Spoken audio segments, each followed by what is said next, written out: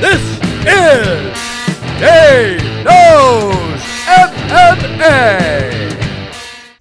I'll always remember the very first interview I've ever seen of Ronda Rousey. It was recorded in March of 2012, just hours removed from winning the Strikeforce women's title with her victory over Miesha Tate. It was one of those classic in-the-hotel-room Sherdog interviews that was conducted by TJ DeSantis. It was memorable for me for a number of reasons.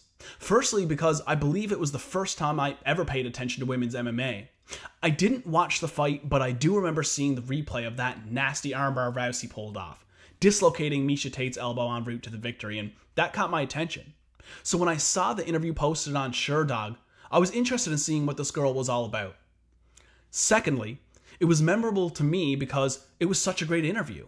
For me personally, it's almost hard to try to wrap my head around it as so much has happened over the past 6 years. But believe it or not, back then, she came across as very likable. Clearly still reeling in excitement after coming off such a major accomplishment. At the time, Rousey was an innocent and wide-eyed newcomer to the game, and she carried herself as a humble champion. Even though she had heat with Tate in the lead-up to the fight, she was still complimentary to her in the aftermath of the contest, saying that Miesha is a tough girl. Most of the interview was about her thoughts on the fight and what transpired, but I always remember the moment in which her father was brought up and how she became emotional at the mention of him and talked about how she wishes he could have been around to see it. It was captivating stuff. I instantly took a liking to her, and it was from that point on that I started to pay attention. And needless to say, I wasn't the only one. It was not long after that that her star began to grow and that the media attention started picking up. The very first UFC event I ever went to was UFC 148 Silva vs. Sonnen 2. It was on International Fight Week, and I always remembered leading up to that event, I heard that Ronda Rousey was going to be at the Fan Expo. Out of all of the fighters I was such a huge fan of, I was so infatuated with her at the time, it was Ronda Rousey that I was most excited about catching a glimpse of. Though I never actually got a chance to see her. It was my first time in Vegas, and I believe I just ended up at the Flamingo getting hammered by the pool, but still. So it was especially interesting to me to wake up on Monday morning to the news that Ronda Rousey had made an appearance at WWE's Royal Rumble and that she was now signed to the organization. For some reason, the first thing I thought about was that Sherdog interview from 6 years ago that initially made me take such a liking to her.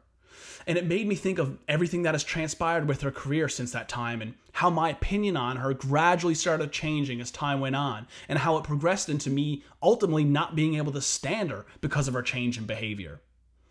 In the lead up to her last MMA fight against Amanda Nunes, I could not have been any more annoyed about the fact that she got special treatment of having zero media obligations and the fact that the UFC allowed and facilitated the shielding of her to the outside world.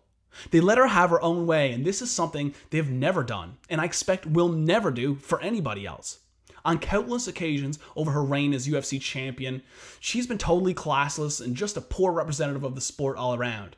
It's not just the fact that she bought into her own hype, it's the fact that she was getting special treatment over everybody else that made me have disdain for her. So my attitude when she was booked in her last fight was, Nunes has to put an end to this. It's time to put an end to this circus.